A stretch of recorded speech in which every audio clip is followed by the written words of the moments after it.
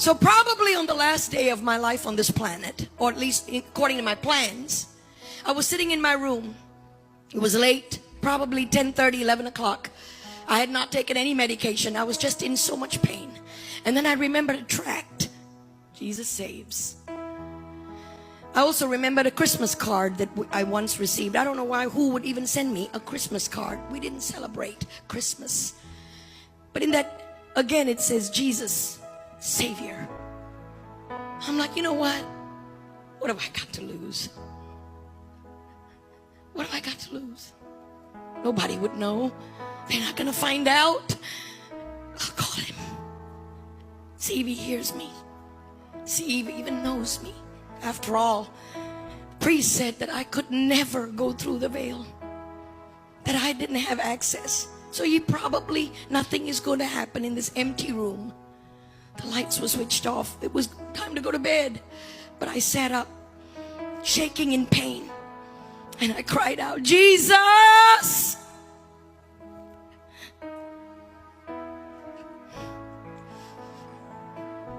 Nothing happened at first. I said, I'm Hindu. I worship many gods. Just in case he didn't know. I was introducing myself to him. You know how it is. I didn't know he knew all things. I didn't know he enabled me to be conceived. That he knew me. Even when I was in my mother's womb, I didn't know any of it. I didn't know him. You do. You don't have an excuse. Don't even try to look for one anymore. You do. And so I tried again. Jesus! And in that darkened room, see that room, there wasn't street lights outside. It was built in such a way that there was a street out there, but no street lights. And so there was this light. It could not have come from a street light because there were no street lights outside that house that we lived in Malaysia. And a light just penetrated the room. I never saw a face, but there was a form that filled the entire room. A light and a voice. The first and only time that I've ever heard him audibly. Nowadays, it's in my spirit, and I thank God for that voice. But that day, when I cried out to him and told him I need healing in my body, that voice rang out in my room. I am Jesus. I am God. And the pain in my body that I had for many years, that I'd become accustomed to, was healed. In an instant, the pain was gone. Oh, come on, CCC, get excited. Get excited with me. For yourselves, for me, for those that need him, for those that need the Messiah. Can we shout to God? Shout to God.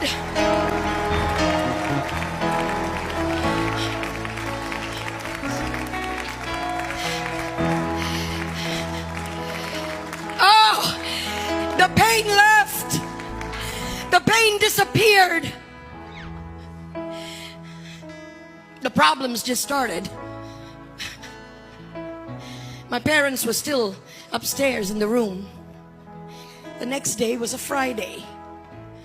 Just any old day for you and I these days, but Friday for the Hindu is prayer day.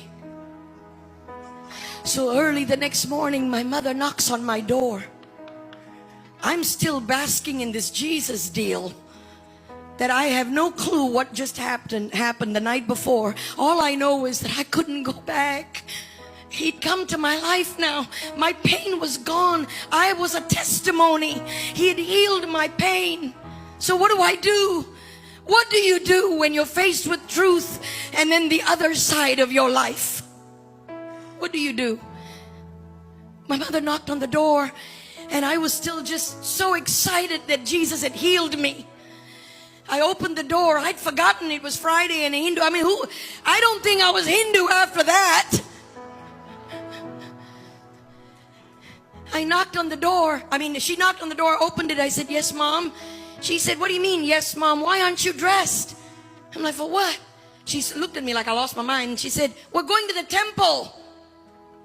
We're going to the temple." We're going to the temple to do prayers. You know, get dressed. And I grabbed her hand. I said, Mom, I can't go. She said, why not? You sick? Boy, that day I wished I had the flu or something. Something to blame on. Yes, I'm sick. Leave me alone. I couldn't lie. Don't know why. I looked at her and I said, I can't go to the temple, Mom, because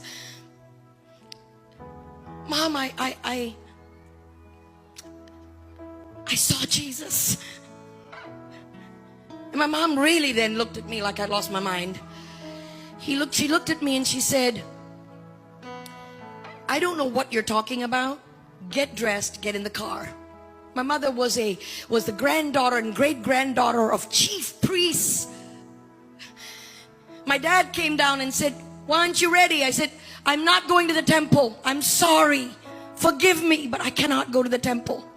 So they left me alone. They just thought probably I was having one of those spells. I don't know what they thought, but they just thought that, you know, because I was sick for a long, long time. They knew about my physical pain and physical sickness. And so they let it be and they went. My mother said, when I come back, we will talk.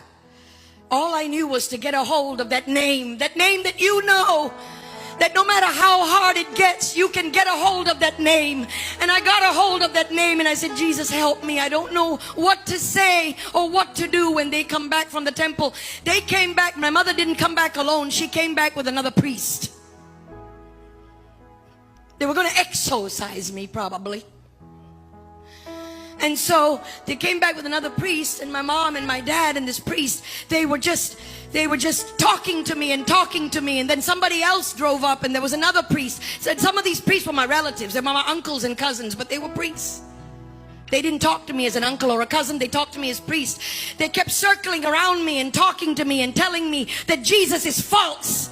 That I had somehow been brainwashed by Christian friends. Yeah, I guess I was brainwashed, but it was not by a Christian friend. It was by a friend. One friend. Only friend I need, actually. And so I just told them, I said, I didn't say a lot because they were adults and I was a young girl and they were fierce and intimidating and they were very angry. And my father was standing in the corner crying because he was very close to me. My dad was my best friend. And I thought he would understand. I said, Dad, I have to follow Jesus. He was the only one I trusted I could say this. And he just shook his head in disappointment. That hurt me more than anything else. These priests didn't hurt me. My father's disappointment hurt me. He just shook his head and was disappointed. He said, why? I said, I don't know. I don't know. I don't care whether I ever know. I know I must. And so they surrounded me and they were just mocking Jesus and they were saying this is all false and he doesn't love you and you don't know and you're going to lose every inheritance. You're going to lose your lineage. You're going to lose the priesthood lineage. Do you know even who you are? Do you know who your great-grandparents are? Do you know what your history? You know what I'm talking about. Persecution doesn't just come by chopping off our heads. Persecution can come by family and friends and girlfriends and boyfriends just wanting not to have anything to do with you anymore if you just prayed.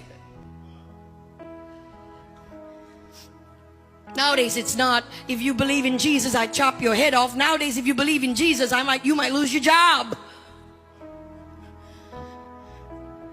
And so they were just unrelentingly trying to surround me and forcing me to do whatever and pushing me. Telling me to recant, telling me to just come away from that belief, to say that Jesus did not exist. I would not. All I did was inwardly, was clench my fist, and all I said was, Jesus, Jesus, Jesus. Sometimes, if you don't know the words, that's all you need. Because the Spirit is in that name. The blood is in that name. All of His promises are in that name. Jesus, Jesus.